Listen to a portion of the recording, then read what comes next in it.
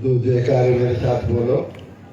भारत माता की, भारत माता की, राधा रानी की, राधा रानी की। मंच पर विराजमान परम श्रद्धेय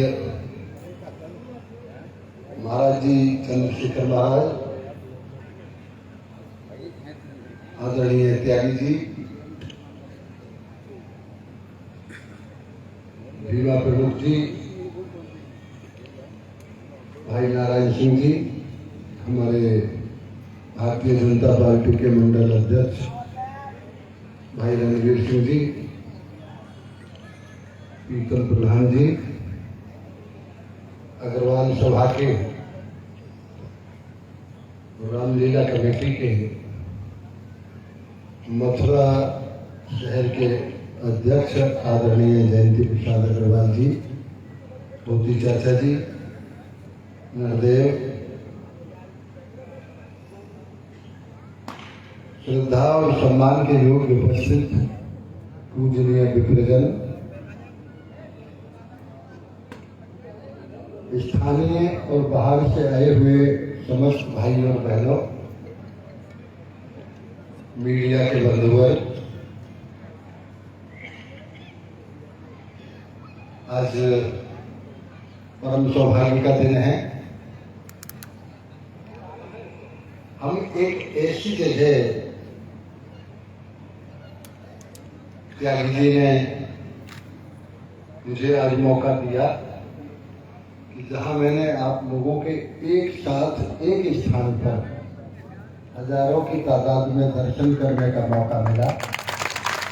मैं त्यागी जी को इसके लिए बहुत बहुत धन्यवाद देता हूं। ये बड़ा पवित्र स्थल है।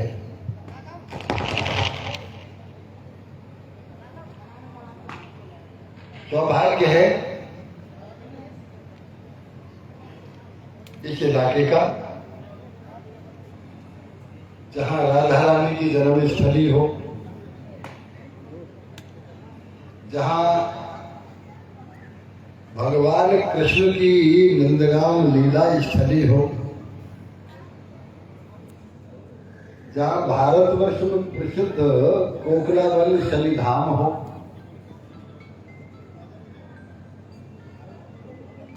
जहां अष्ट सखी के, राधा रानी की अष्ट सखियों के निवास स्थान हो, जहां सांचौली देवी का प्रसिद्ध मंदिर हो। ये कहा जाता है ना, खरबूजे को देख के खरबूजे का रंग बदलता है। इन सब को देखते हुए आदरणीय त्यागी जी ने भी इस पवित्र भूमि को एक मंदिर और तीर्थ का रूप प्रदान कर दिया है।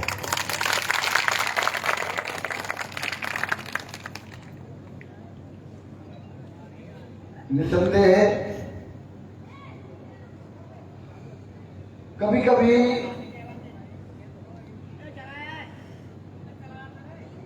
कोई पूर्व जन्म का संस्कारी व्यक्ति, चाहे वो भक्ति के रूप में आए, चाहे वो विकास पुरुष के रूप में आए, जब किसी भी स्थान पे आ जाता है तो उजड़े हुए स्थान पे भी देव स्थान हमें नजर आने लगता है। और ऐसा ही ये स्थान है। यहां बगल में ही कॉलेज है, मेरे पिताजी के नाम से है। जब उस कॉलेज की स्थापना हुई तब ये कल्पना भी नहीं करते थे, ऐसी जगह पड़ी हुई थी कि सिवाय गंदगी के और कोई दूसरा काम ही नहीं था। राधा रानी की कृपा हुई, डिग्री कॉलेज, इंटर कॉलेज बन गए। देखिए, इत्र है आपके हाथ में, आप उस इत्र को गंदगी के ढेर पे भी छिड़क सकते हैं और गुलाब के फूलों में भी छिड़क सकते हैं। है तो इत्री, लेकिन यदि आप कूड़े के ढेर में इत्र छिड़केंगे तो एक ही बात आपके मुंह से निकलेगी, इत्र भी बेकार गया। और गुलाब के फूल में यदि इत्र छिड़केंगे तो सोने में सुगंध हो जाती है, चारों तरफ खुशबू फैल जाती है। इसी तरह से इस पवित्र भूमि में आदरणीय त्यागी जी ने विकास कार्य किया है।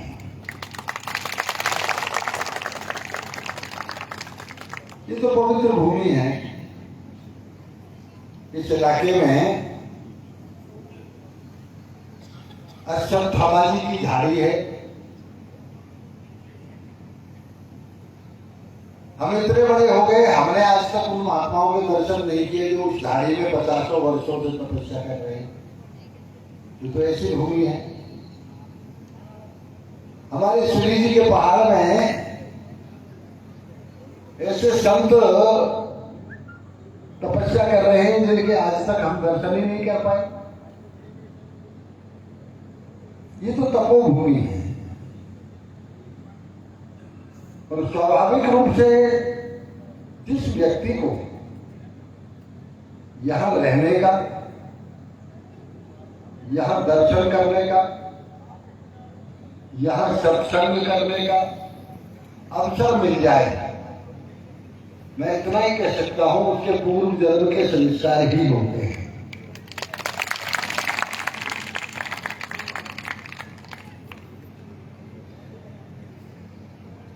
कमाना और खाना ये तो जिंदगी का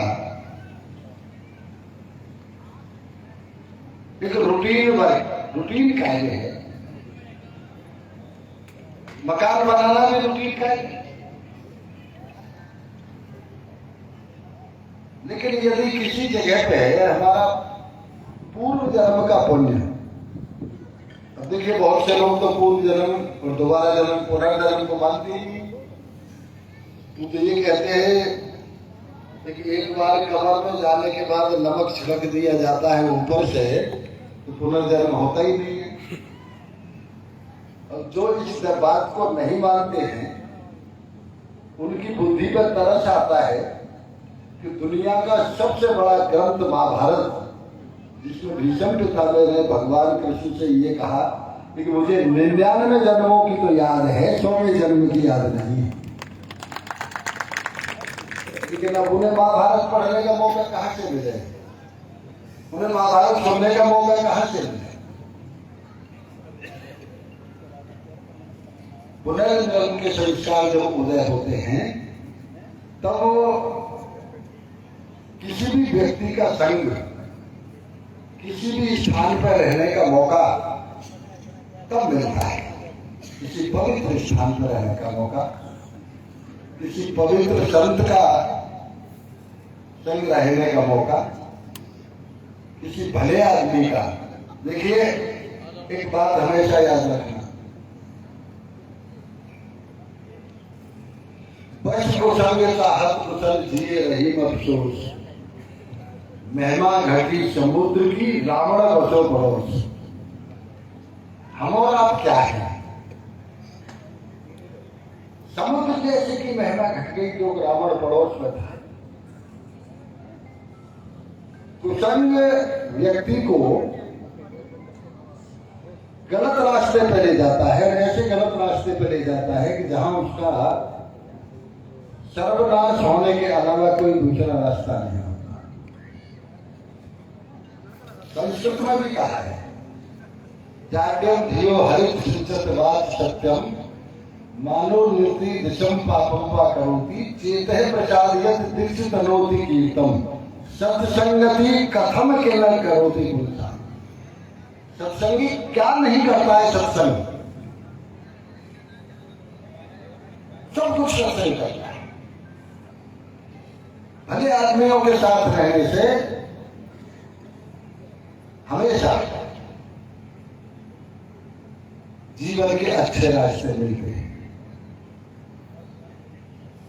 तो कुसंग में रहने से हमेशा गलत रास्ते मिलते हैं। थोड़े समय के लिए हो सकता है। एक आदमी मुझसे कह रहा था, मैंने उनसे कहा,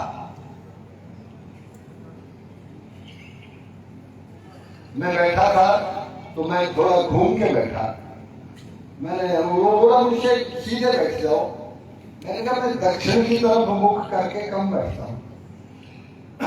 मैंने कहा और तुमने भी घर का दरवाजा दक्षिण की तरफ कर दिया। दक्षिण की तरफ मैं क्या सो नहीं माना जाता।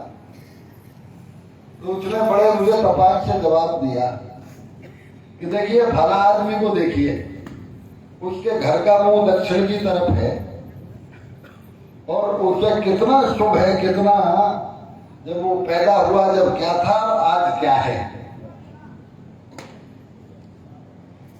मैंने उससे कहा तो कुछ नहीं, मैंने ये कहा कि हाँ ये बात तुम्हारी ठीक है, लेकिन अपवाद हो सकता है।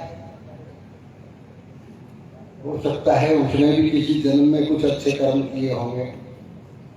काठ की हांडी एक ही बार चढ़ती है, 2 बार नहीं चढ़ती। यदि कभी कोई अच्छा कर्म आड़े आ गया है तो दक्षिण उत्तर कहीं भी हो, लेकिन जिस दिन घड़ा फूटता है उस दिन पूरी दुनिया देख लेती है। इसलिए हमेशा अपने से ऊंचे विचार के व्यक्ति के साथ बैठना हमारी संस्कृति है। हम जब पैदा हुए तब हमारे घर में पहली रोटी हमारी माँ, हमारी दादी गाय के लिए बनाती थी। हमारी संस्कृति है। अब दोनों ही बातें हैं। कुछ लोगों को यह है कि हिंदुस्तान की गाय का मीट सबसे अच्छा है दुनिया में, इसलिए उन्हें गाय इसलिए अच्छी लगती है। हमें इसलिए अच्छी लगती है कि 33 करोड़ देवताओं का निवास गौ माता में ही है, हमें इसलिए अच्छी लगती है। सोच तो अपना अपना है।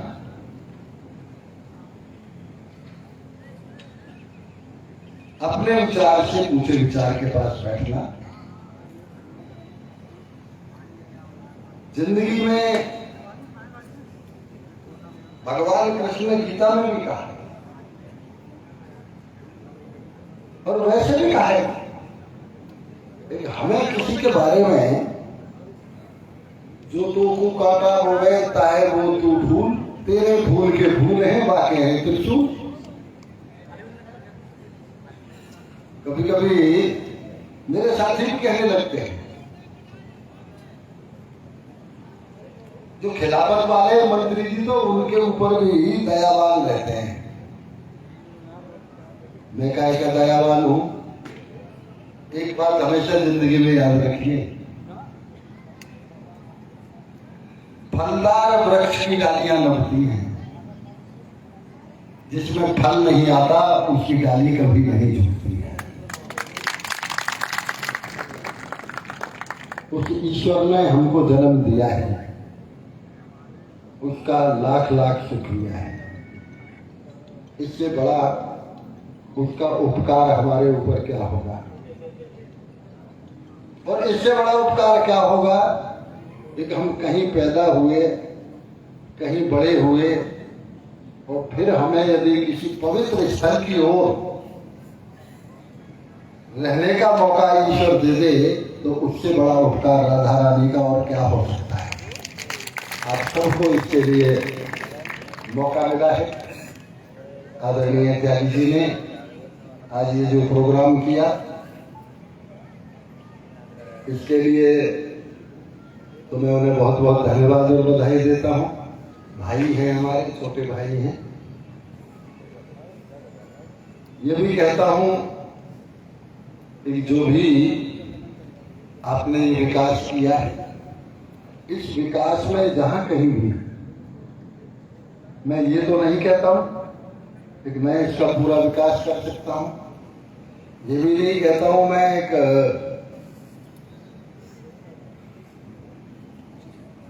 विकास के साथ साथ ये जिम्मेदारी मेरी है, ये भी नहीं कहता हूं, लेकिन मैं इतना जरूर कहता हूं, जब भगवान राम लंका को जा रहे थे, बड़े बड़े पहाड़, बड़े बड़े पत्थर लाके समुद्र में डाले जा रहे, एक गिलहरी भी थी जो रेत में लौट के आती थी, सब लोग हंसते थे देख के। जब गिलहरी से पूछा भगवान राम ने, ये क्या कर रही है? ये बांध बना रही है कि ऐसे ये बांध बन जाएगा समुद्र में, ये मुझे नहीं पता, लेकिन जब तक भगवान राम पार जाएंगे तब तक मैं लगातार ऐसे ही अपना मिट्टी लाती रहूंगी। अब कब बांध बनेगा नहीं बनेगा, वो कब जाएंगे ये मुझे नहीं पता, लेकिन जब तक भगवान राम जाएंगे तब तक मैं लगातार ऐसे ही मिट्टी लाती रहूंगी। ये तो मुझे नहीं पता है कि हम कितना विकास कर पाएंगे, लेकिन ये मैं जरूर कहूंगा कि जब तक पूरा विकास होगा तो मेरे लायक जो भी, वैसे तो हम करने के लायक क्या है, करने वाला तो कोई और है, वही करता है। आदमी की गलतफहमी होती है, मैंने ये कर दिया, मैंने वो कर दिया, कोई कुछ नहीं कर सकता, लेकिन फिर भी निमित्त मात्र व्यक्ति होता है जो भी मेरे लायक और मेरे साथियों के लायक, जो भी यहाँ के विकास में कार्य हो सकता है, उस कार्य के लिए हम हमेशा 24 घंटे तैयार। और आप लोगों से एक वायदा जरूर करता हूँ कि जब भी आप लोग इधर रहेंगे, जब भी आएंगे, मैं ये वायदा करता हूँ, आपको ये नहीं लगेगा कि हम दूसरी जगह आ गए, आपको ये लगेगा कि यही स्थान हमारा है। आप सबका हृदय से बहुत बहुत स्वागत, बहुत बहुत अभिनंदन। भारत माता की, राधा रानी की।